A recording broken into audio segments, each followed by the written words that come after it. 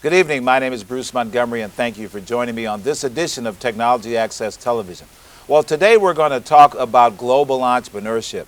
Yes, businesses and innovators are expanding the economies of global societies, and they're having cross-cultural impacts, as we can see all around the world. And Chicago is in a unique place in time, is that we are starting to think differently about this field of global entrepreneurship and social impact. And my guests today are bringing some exciting innovations to market in their home country of India. And I asked them to stop by as they begin to sprout their new concept to help us understand more about the idea of entrepreneurship, of social impact, of innovation, and coming together to solve unmet needs and make a difference in their society and the lives of people every day. And I want to thank them for joining me, Amit and Durinj.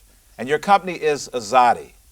Azadi, how did you come to found this company? Or who are you co-founders? Yeah, we're co-founders. All right. I went to DePaul, so right down the street. I took a gap year from school. I went to India to go work for a U.S. foundation giving scholarships to help kids stay in school. One of the problems that we were seeing was that a lot of girls were dropping out, even though we were giving them financial support.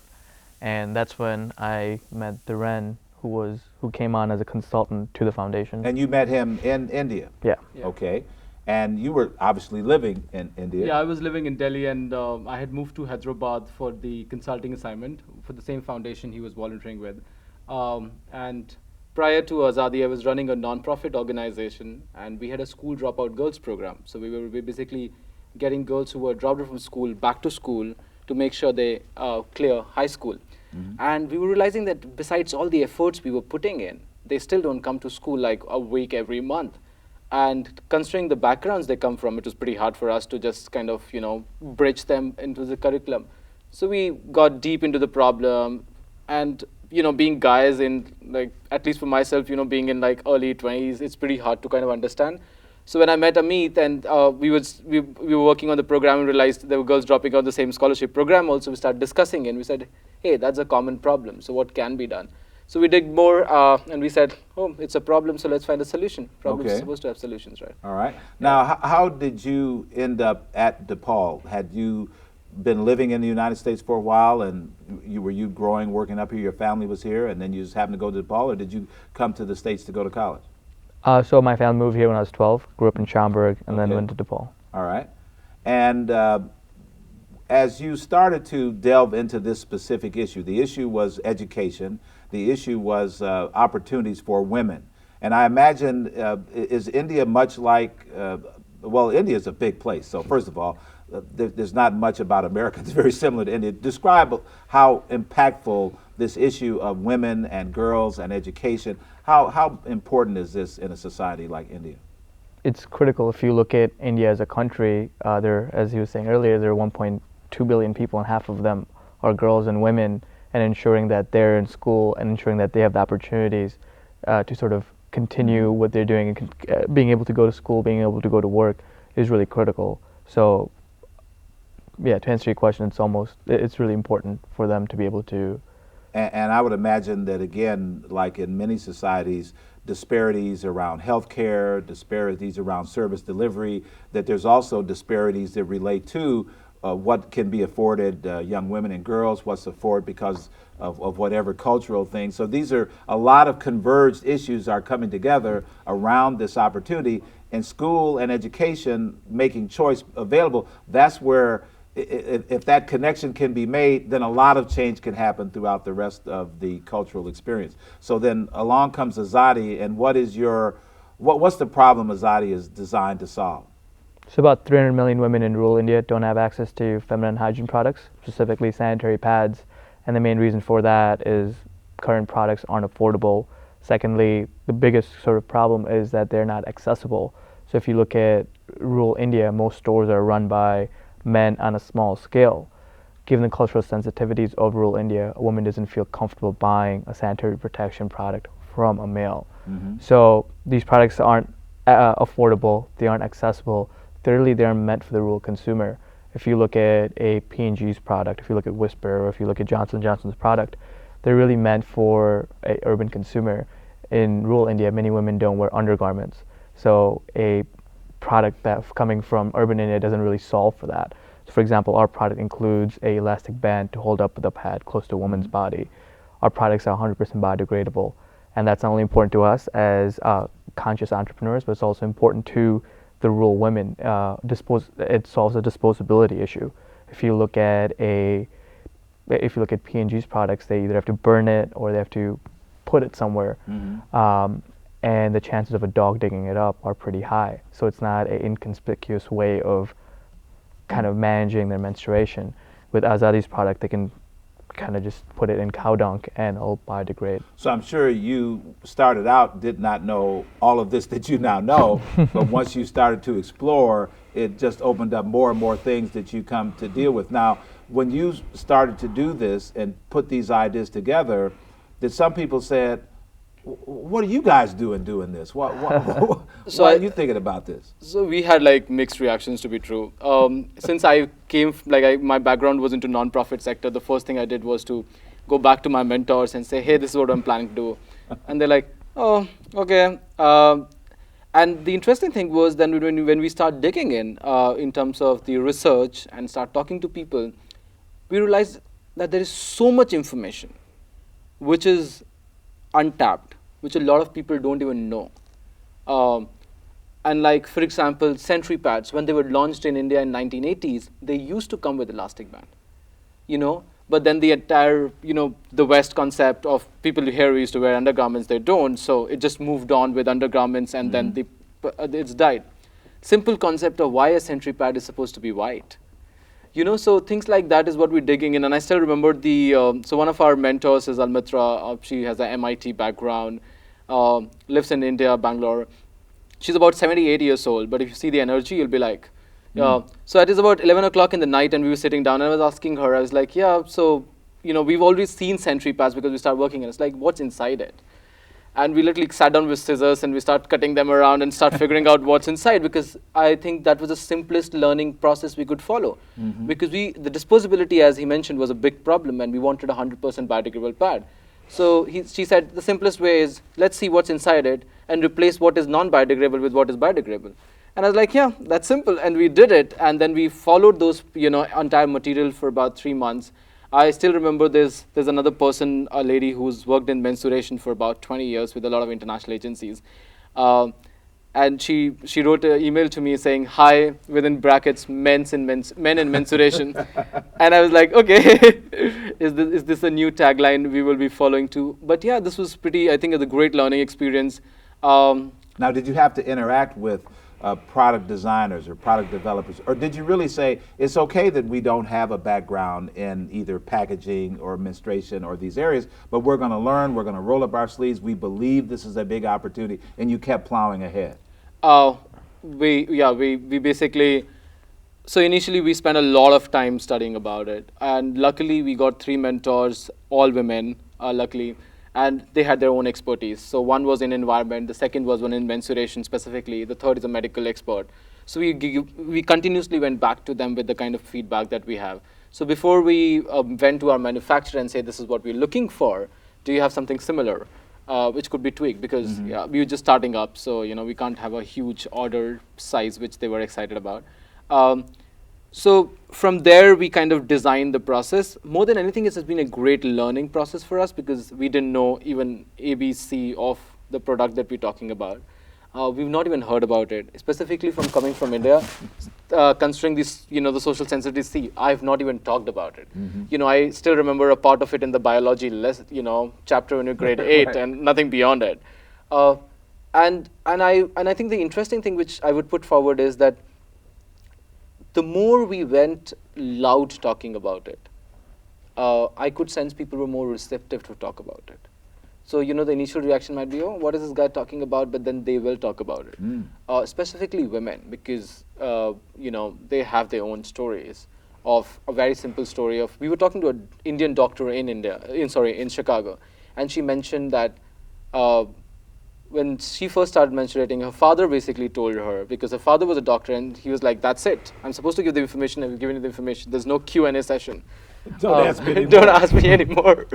So it was basically a thing that it was close to people's heart. They felt it. They have gone through that phase.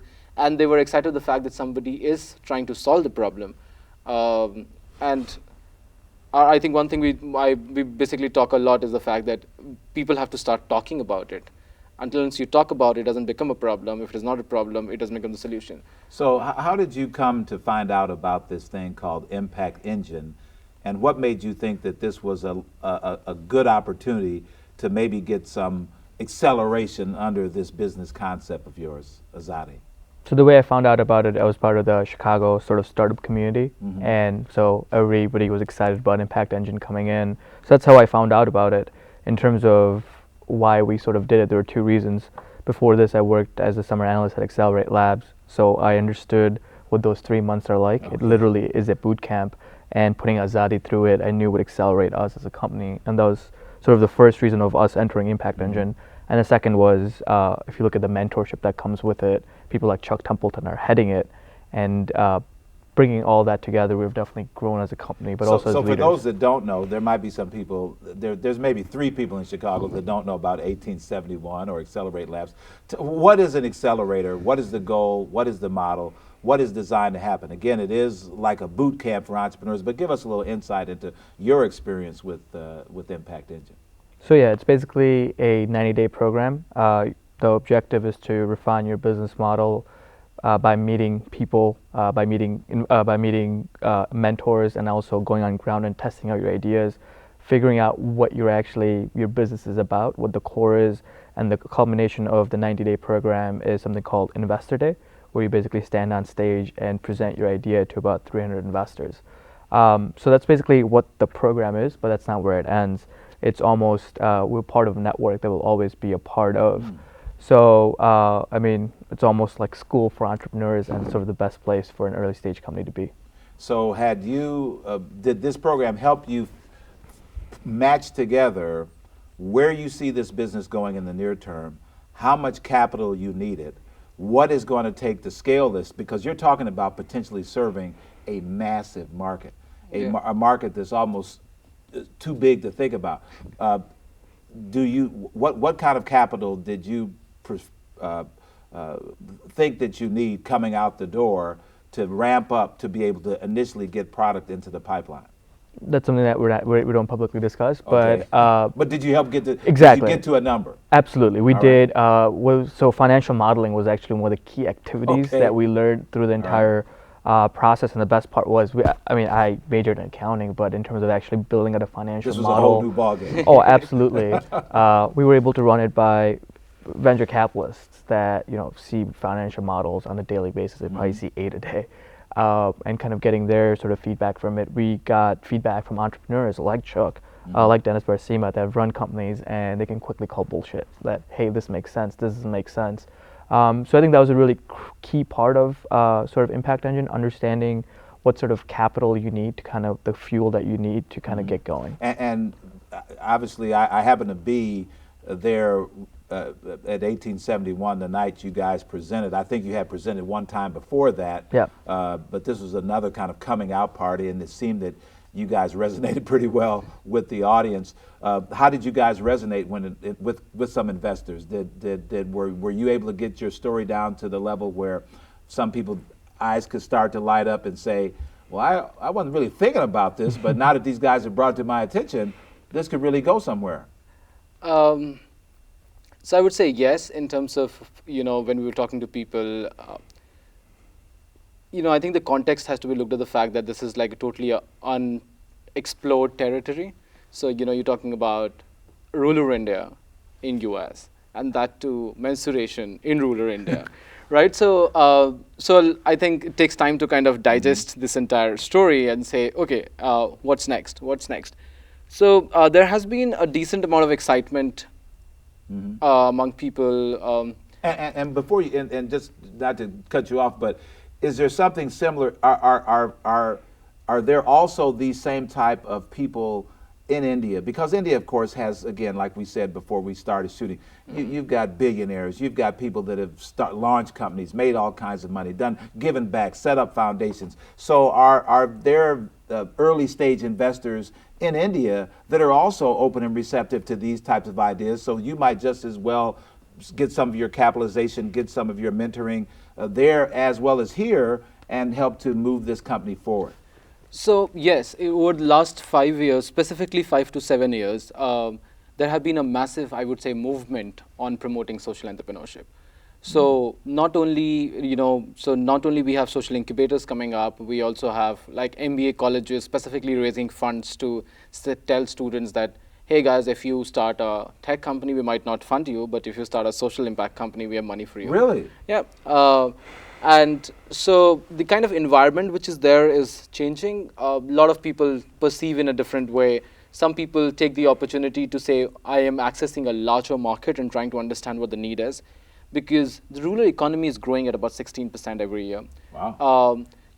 People are getting more money, more disposable money. The media is telling them that they can access more products. So with all that happening, you need to be at the right time. So it's like the right time for it. And one of the biggest international, the multinational companies that work in India, almost everybody, as far as I know, has either a small group researching on rural India or have a team on rural India or a project on rural India. Or the smart way of doing it, just writing small grants to NGOs and say, hey, we want to have learnings from the ground. So people are trying their things. But as far as the young people, specifically with young people, I would say, entrepreneurship specifically with young people has gained a lot of momentum and excitement over the last 5 years. So you're seeing people not just saying, I want to get out there and be the next white pro or the next big guy to make it in tech, but some people are saying, I'd like to do something that makes a difference that can give back to this society. And that India is one of the unique places on the planet that is thinking about a range of things at such a scale that really the success of what happens in India is really like the success of what happens everywhere else. Because when you deal with green and sustainability and energy and healthcare, you've got to deal with it on a scale that is ultimately going to benefit the rest of the planet if we can understand how to be sustainable and how to be green and how to have quality of life throughout the spectrum of living from poor to young. So you guys are going to do what now? After you've come out, you've graduated, you've got everybody excited here in Chicago, you're going to do what? I have one point to make before I answer that question. One thing that we sort of, following up on your investor thing, investor question, one thing that I think there's a stigma about when we think about social, we sort of think that the financial returns will be less.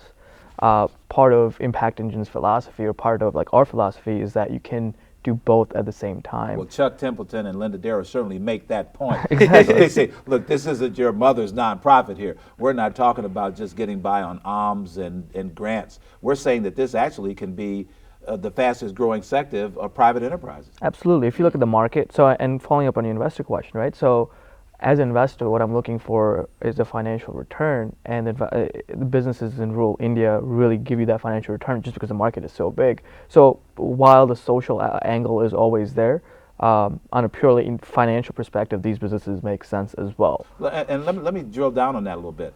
Are there examples of people who have gone into other segments, transportation, energy, clothing, and done the same thing and have some early successes? Are there some young models out here of people who have gone into the underserved market and had some phenomenal success? So I'll talk about a socially responsible company. If you look at Patagonia, it's a company that's built here, right in the United States. Right. And it's a socially responsible company. They tell people, don't buy our products, reuse our products, right? And it's a successful company. I think they have revenues of over 415 million. Yeah. So and in India, are there some young upstart entrepreneurs that have been successful? So if you see microfinance, microfinance grew so big in India that the government has to say, you need to pause. Okay. Right? And that's like a good example. Solar energy, electrification is a very big problem. So a lot of young people I know, like top of my head, I know 4 or 5 companies of my friends who've started solar businesses in rural India. Education is again more on a affordable private school So segment. this is phenomenal. This is a wonderful conversation because it sounded to me like people are waking up and saying, we're not expecting government, because government can't do it. If they don't bring better ideas, what's going to happen? They don't have unlimited resources. So the only way these problems are going to get solved is through thinking our way thinking out about of it. these problems and bringing new approaches. And speaking of that then, so, okay, can you make a product that's going to solve this problem at a reasonable price to get into this market? Were you able to come up with something, an approach that could actually work? Yeah, so we basically designed a product. We got the first sample, 100% biodegradable product. That was first part. The second thing was looking into the rural needs, where the Lastix comes in. The biggest thing is it's a new product for them, right? So if you see, we have a pictorial presentation of how to use it, why to use it, how to use it, how to dispose it, right? So we answered those three questions specifically. And then was the price point. So I still remember when we started working and and we thought about a very idealistic price point, and which was about a 1 rupee. I don't know, 1 rupee is about 2 cents yeah, per about 2 cents. pad. Okay. And I was like, because I worked in rural India for the last 5 years, my point was, this should be the price point. But when we worked on, it came to something like 30 cents for 6 pads, so about 5 cents, which is pretty affordable because if you see the nearest competitor, the cheapest product available in the market is 23 rupees, which is about 50 cents. And we have a product for 30 cents. That product does not reach the door of the women. This reaches in the door of the women. So it is the larger accessibility issue. We've spent good 6 months talking to, doing workshops, group discussions, talking to women on ground. We were not allowed to participate in those conversations, so we just, peep in. But those were our major learnings, that affordability is a big question, but the bigger question is accessibility. I don't get that product because the guy sitting here, I can't go to the guy and ask for a thing. So then there's a whole ecosystem that will have to be constructed or to be leveraged to be part of the distribution. So will this create, in fact, maybe, like in America, we have Walgreens, okay, and there's Walgreens like on every corner. Yeah. But could there be something that is but Walgreens is different than Walmart. So there's some products that go through different channels of distribution. So will your product actually maybe be the start of new products being distributed new ways to serve this huge customer base? So that's exactly what we're thinking of, actually, and you've got the nerve, so I give you that. So the interesting thing is that we solving the issue of access by creating these women entrepreneurs in almost every village. They would be connected through a mobile technology solution so that they're empowered. One of the things that my past experience with working with NGOs and programs like these has come up is the fact nobody communicates to them. And the cost of communication is really high because you do a direct communication. So we would be in the second phase of our, so we're doing a pilot as we go back, and after the pilot, we basically putting our heads together to get the technology solution so that they are communicated on a weekly basis. We know how much they're selling. If they're facing any issues on ground, we have a call center we to set up. This will be IVR system because they would not send you SMSs and they can't be a mobile application, so it would be an IVR system. And every time they call in, there would be a same person talking to them. Okay. So that you build a relationship with women entrepreneurs. So once we have the distribution network, literally the platform on ground, the Sentry Pads is the glue to the entire thing. We can push in more products. We can even get a lot of intangible data from the ground. If you see with such a big market, nobody has the data of the market. We were talking to one of the companies and saying, we wanted to just see number of hospitals. We could not even get number of hospitals.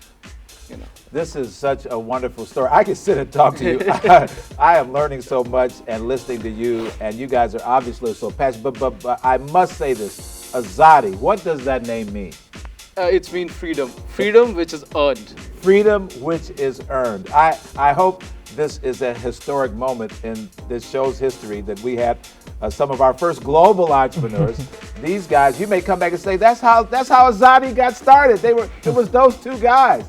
Somewhere in the annals of history, somebody's going to want to come back and find this show because of this conversation we have. I am so delighted to hear about Impact Engine and to have some of the. Were you part of the first graduating class? Yes, cohort The 1. first cohorts to graduate from Chicago's own Impact Engine, making a difference in the world of entrepreneurship. My hat's off to Azadi.